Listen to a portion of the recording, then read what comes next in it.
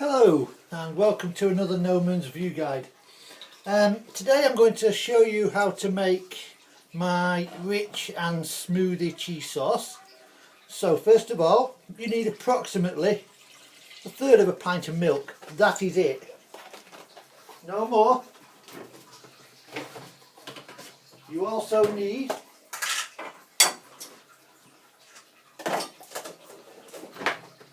get out my butter. You also need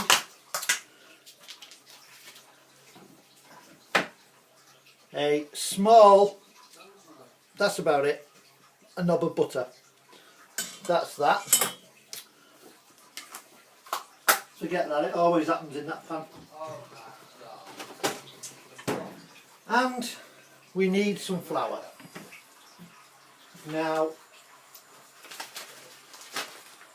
I don't measure things, I don't weigh things, completely pointless. So what I do is I just grab my bag of flour, as you see, and I just roughly put in about a handful. That's all you need, just that little tiny bit.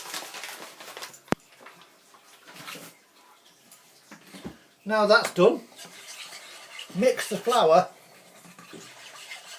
into the milk. Obviously the butter's still on the spoon, but it won't come off because it's cold, so it makes no difference.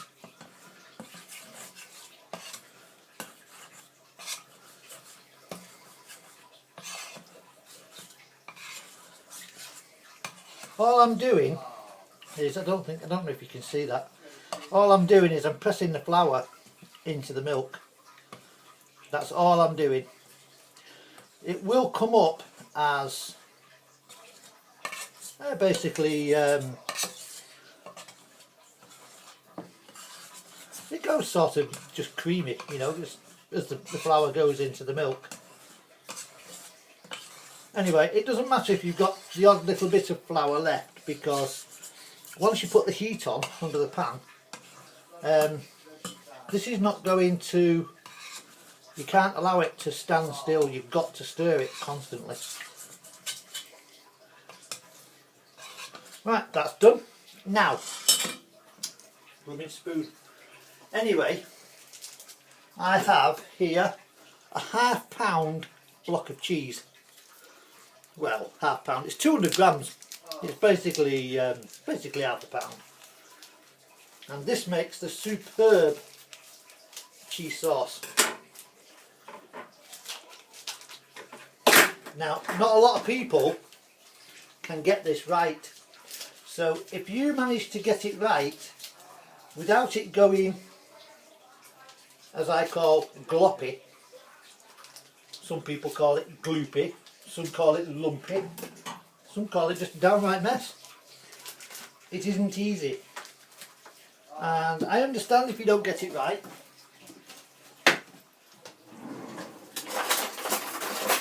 Now you're basically making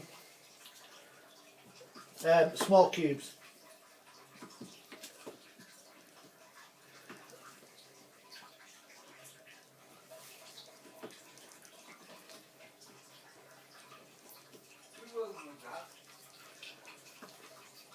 When you've got your cheese like that, just cut it fine into small little chunks.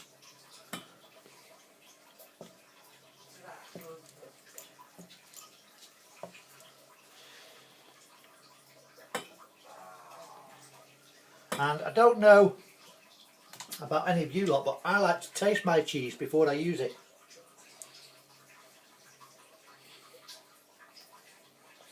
That is a lovely cheddar.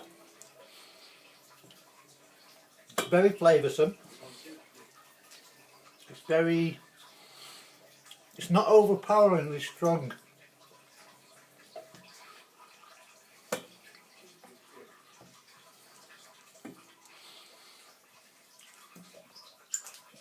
In fact,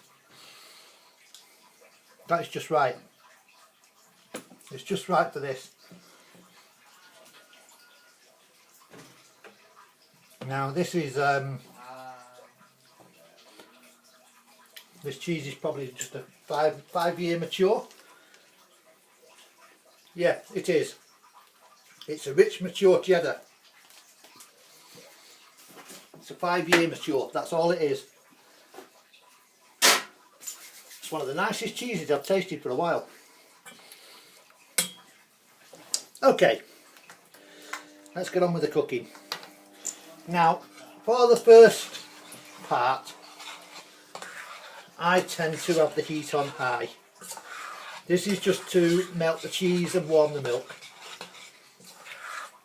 Now it will go thick, trust me, it's going to go thick. But in the next video, you will see why I'm making this cheese sauce. And I guarantee you're going to like it. It won't come out cheese as you know it, but it'll be a lovely sauce. It takes about 3 or 4 minutes this to get it doing. And yes, for those Americans out there, I'm English, as you might have guessed. I'm also going to be using in my next video some caster sugar, as we call in England. You call it baker's sugar. I don't know, I don't know the equivalent. I don't know the difference. It's just your name for it is baker's sugar. So if you can get some of that for making the pie that's coming up in the next video, then you're well away.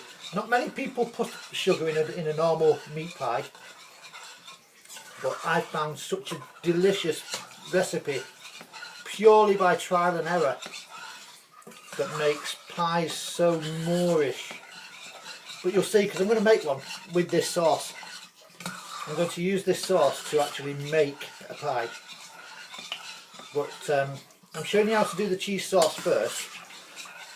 Then I will pause it. I will pause the video, and then I will come back to you when I'm ready to do the pie.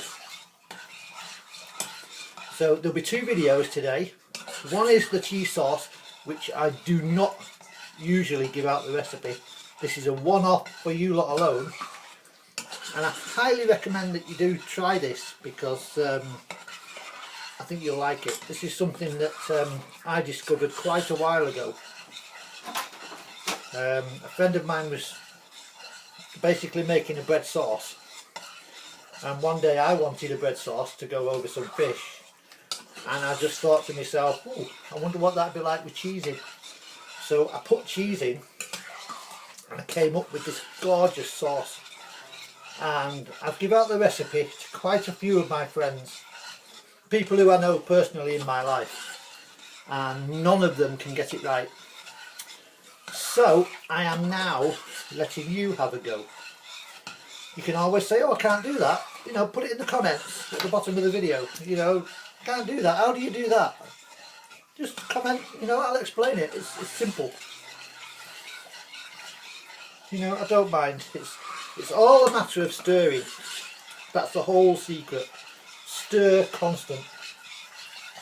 The more you stir, the better it goes. But it goes thick, so just be warned. As you can see, this is heating up now, so I'm having to stir quicker.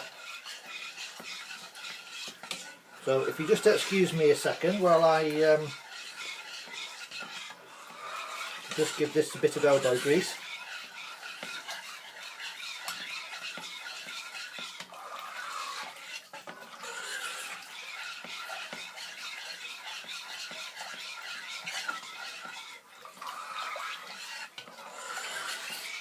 Cheese is going in nicely now.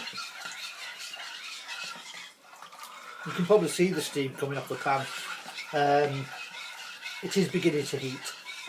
I've got it over a high heat because I don't want it to soften up as I do it. So if I turn it down now, it's actually, I'm going to lose it then, because it's going to gloop.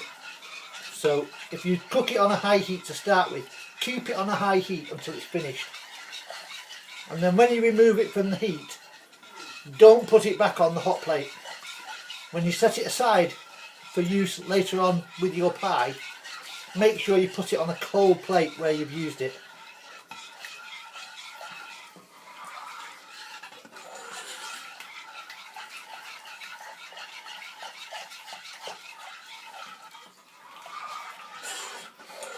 This cheddar cheese I'm using today makes this sauce very, very smooth. It gives it such a fine flavour. I have used this cheese in the past, you see, so I know this. And this is one I regularly buy for doing this particular dish. But you won't find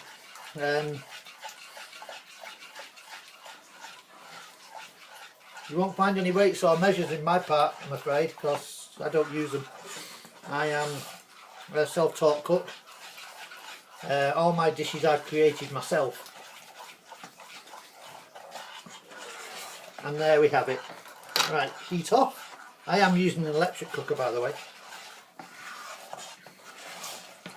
Okay, heat off. There is my lovely thick cheese sauce. How nice is that, look? There's still the odd little lump of cheese in there, but I allow that to melt in on its own, just as it is. I'm just stirring it now in front of the camera so you can probably see the steam coming off.